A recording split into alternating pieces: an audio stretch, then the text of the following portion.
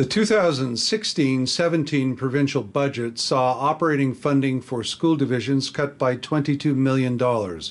What is your plan for restoring education funding to previous levels? We need to make every effort to restore our funding to our education system here in the province of Saskatchewan. Our government has committed to a 3-year plan to balance the budget here in the province, and our team has agreed with that commitment and made every effort to get back to balance, as well as to ensure that we can have sustainable funding here in the province of Saskatchewan. We have had good funding over the last number of years, with a 32% increase in our educational funding. We've built schools across the province, and we've added educators into those schools across the province. We need to ensure that we get our provincial finances back to balance so that we can have that sustainable increase in funding for years into the future for our children's generation.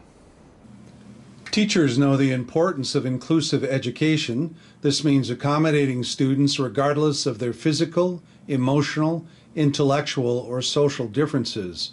To be implemented successfully, it requires supports for students and teachers. How will you support inclusive education?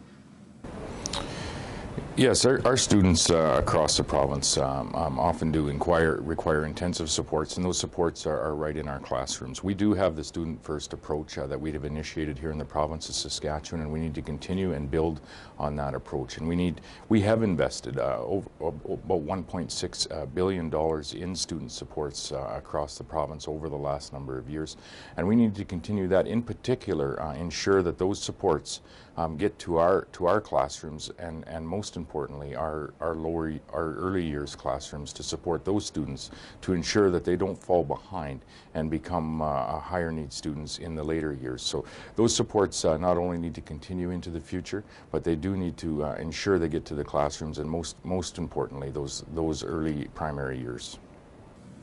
One of the most important relationships in education is the relationship between students and their teachers. Teachers know their students, their families, and their communities. How will you ensure local voices are heard?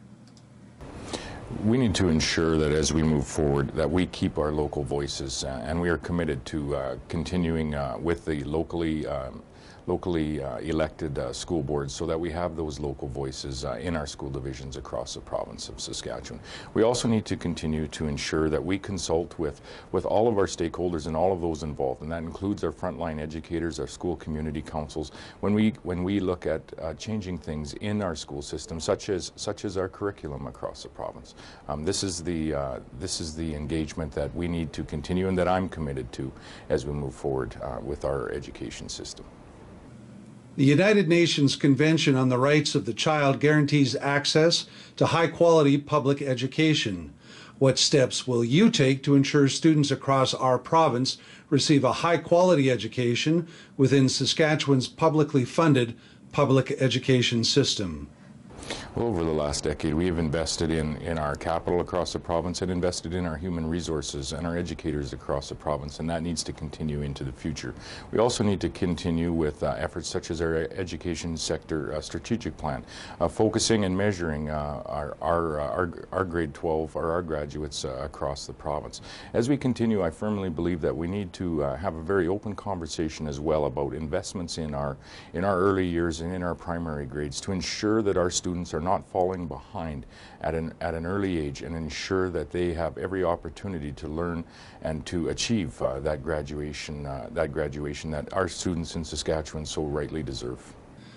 The Canadian Teachers Federation says safe and caring schools are a major priority for the profession at the national level, yet teachers are expressing growing concern about violence in schools. What is your plan for promoting safe and caring schools in our province?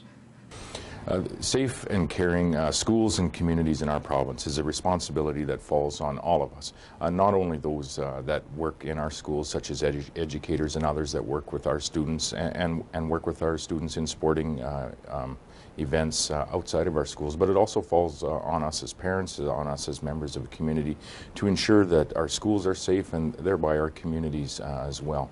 We need to continue with our training around the violent threat violence threat assessment training that we have in our schools, and this is something that we need to continue to work with, again, engage with our teachers across the province, our school community councils across the province, as well as members of our community across the province, to ensure that our schools are a safe learning environment for our children.